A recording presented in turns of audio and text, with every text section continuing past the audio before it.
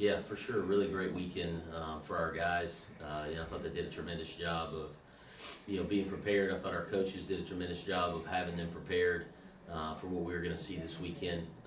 We kind of got the offense going in Oklahoma in Game 3, and we're able to produce, between now and then. And so our guys did a good job this week of carrying that momentum and confidence into the games this weekend, taking advantage of what their pitchers were giving us. We had a lot of free passes and they put a lot of guys on base, but we did a really good job of, putting a bat on a baseball and finding ways within that between those free passes to score those runs. So tremendous job all around by our offense all weekend long. Like you said, even in the game where we struggled a little bit, still did a really good job finding a way to come back and win that baseball game. So you got to be able to win games like that to be a good team. So I think it's a good sign of things to come for us. But like I told the guys at the end of the weekend, like we're always going to talk about, this game can go any direction really quickly, and you got to continue to put the effort and the work in and carry that confidence from one game to the next, learn from our mistakes. Still a lot of things that we can get better at, but overall a really good weekend. Through 2 weekends of baseball, your offense coach has been not only one of the best in the Lone Star Conference, but one of the best in all of Division II baseball.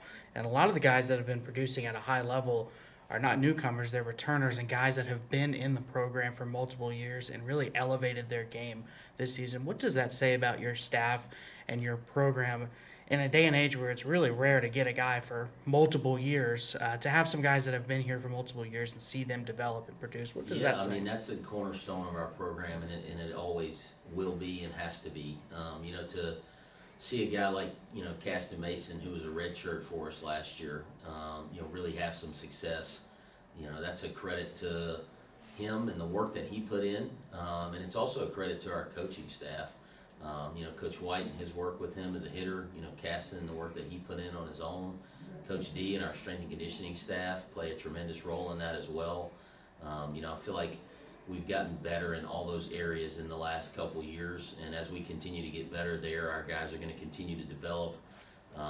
Just us as a coaching staff doing what we can to prepare our guys, every weekend, whether it be rather than just doing your typical BP flips or whatever the case may be, trying to get real specific on what we're facing that weekend, using our resources and, some of the pitching machines that we have and the way that we construct our practice throughout the week.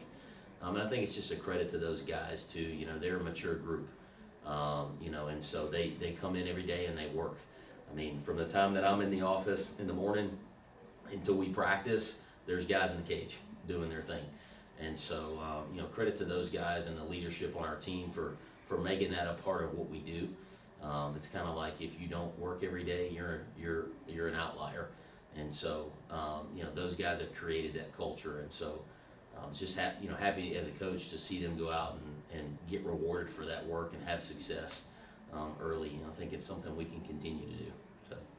Coach, Lubbock Christian this weekend, they're another team that has scored runs in bunches just like the Pats have so far this season. What do you need to see out of the pitching staff to kind of hold those bats back and just keep giving the offense their opportunities at the plate? Yeah, I think that's one area where we've got to improve. We got to get better, specifically our starting pitching.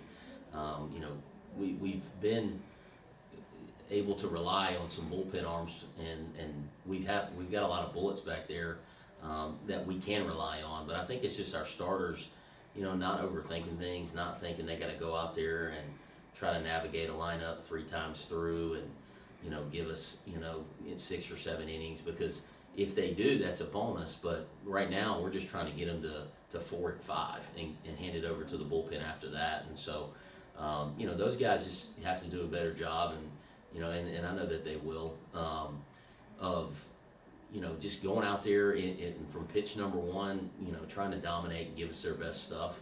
And then, whenever we need to make a move. And so that's going to be a big emphasis this week coming and moving forward with those guys is, hey, go give us everything you got. If that's 3 innings, that's 4 innings, that's great. But a quality 3 or 4 innings is better than us limping our way through 2 or 3 and then having to go to the bullpen early game after game. And so, those guys, they have the ability to get it done. They just need to carry a little more confidence with themselves up into the mound and realize that we've got guys behind them that can get it done. It's not all on them. And I think you've even seen that, to compare that to our offense and the question you asked earlier, with a lot of the same guys still having a lineup that's producing at a level that we haven't in the past. A big part of that is the pieces that are in the middle of those guys. And so whenever, you face our lineup, there's tough outs all the way throughout. And that doesn't really allow you to pitch around certain guys, because if you do that and put runners on base, the next guy can hurt you. And so, that's, I think, a big part of how we're being able to produce the runs that we're able to produce so far this season, is getting great at-bats all the way up and down the lineup. And if we can continue that, I think we'll continue to have success, on offense as well. Coach, a great start for UT Tyler baseball. Good luck this weekend on the road at Lubbock Christian. Then you return home for a really big one next weekend against Angelo State. Best of luck. Thank you.